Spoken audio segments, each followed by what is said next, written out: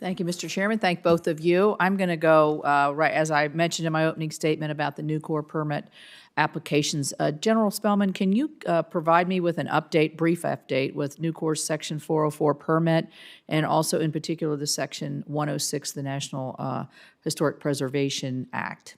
Yes, ma'am. First of all, I want to thank you for hosting the meeting with the Nucor executives and our leadership in your office. So since that meeting, several developments.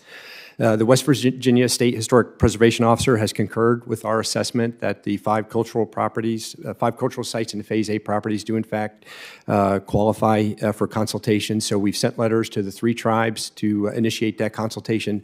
They've asked us for some time. These are 800-page reports, so we'll get that scheduled.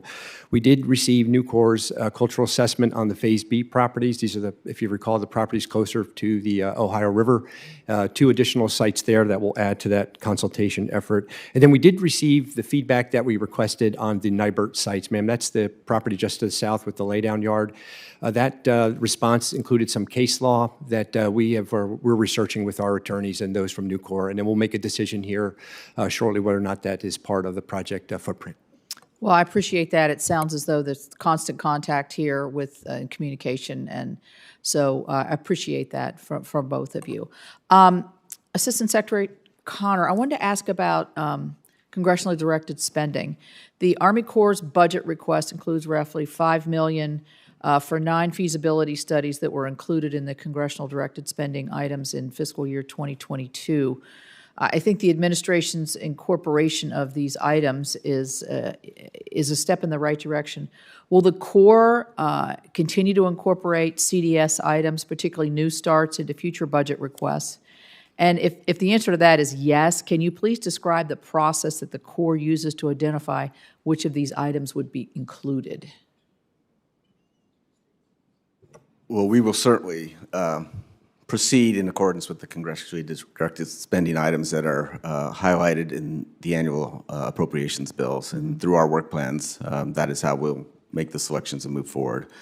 I think it's not just the projects themselves that are having significant cost increases. We're seeing that in the investigation side of things too. The investigations we're doing are more complex. The $3 million mark that we've used based on 2014 legislation, in my view, is a bit outdated. Those costs need to be updated. We're almost 10 years later. And from that standpoint, I think we've still got a good track record of taking congressionally directed items, particularly in the investigations account, then following up through work plan, through President's budget, and through the additional resources, supplementals that we've had of maintaining progress towards completion of those studies. As General Spellman said earlier, completing our work, whether it's projects or investigations, is paramount and incorporated into every aspect of our decision-making processes. Thank you. General Spellman, I championed a provision in Word of 2022 that directs the Army Corps to submit to the committee on an annual basis a report on the timeframes for completing environmental reviews for water resource development projects. So we're talking a lot about permitting. We had a hearing last week on permitting. You're obviously a critical part of that process. So can you solve our permitting reform problem? I'm just kidding. That was not my real question. If you'd like to weigh in on that too, I was going to ask you the status of the implementation of the provision that you will report to us on an annual basis. But any comments and any words of wisdom you can give us as we're trying to work a bipartisan permitting reform process would be greatly appreciated. No, ma'am, I think the best policy and decisions will come from the data. So this is Section 8134. You've asked for 8 different data sets that deal with how many categorical exclusions do we do, how many environmental assessments, how many environmental impact statements, how long does that take? No issue. We collect that data and happy to provide that to you in this annual report. Okay, and now on to permitting. Do you have a comment on that? Man, we work hard. You know, we do 80,000 regulatory actions each year.